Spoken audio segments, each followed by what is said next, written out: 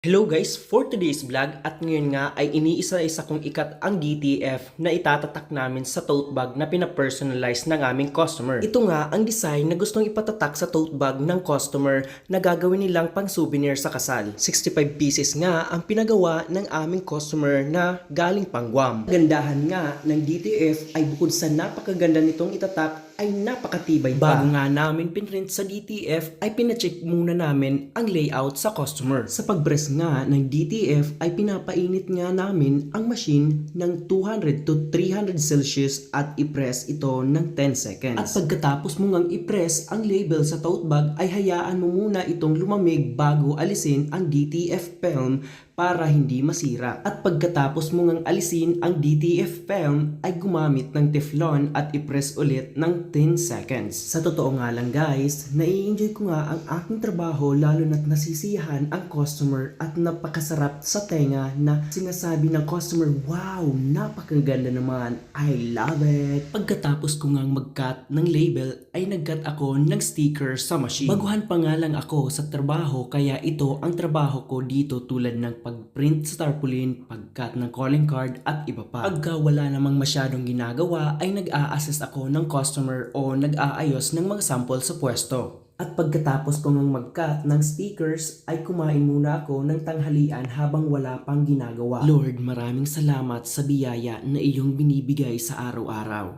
Salamat dahil nandyan ka para gabayan ako at ang pamilya ko. Salamat po. Amen. For the gulay ang person, actually mahilig kasi ako sa gulay kaya gulay lagi ang binibili kong ulam. At pagkatapos ko ngang kumain ay inalis ko na ang DTF film para ma-press ulit ng 10 seconds. Pagkatapos ko ngang alisin ang mga DTF film ay nag-press muna ako ng abakabag na bagong tangga. At ayan na nga ang abakabag na pinrest ko, napakaganda at sulit na sulit. At pagkatapos ko ngang gawin ang abakabag ay pinlastik ko na ang dinoble press ng aking kasamahan. Sa totoo lang guys, napakaganda ng design na pinalayout ng aming customer na taga sulit na sulit nga po itong pang souvenir sa kanilang kasal. Pinlastik ko na nga lahat ang mga tote bag para ready to pick up na. Anyway, maraming salamat po sa nanonood ng aking mini vlog. Maraming salamat po sa pagtapos ng aking video. Please subscribe my YouTube channel at pakipalo na rin ang aking Facebook page. Maraming salamat po. See you in the next video.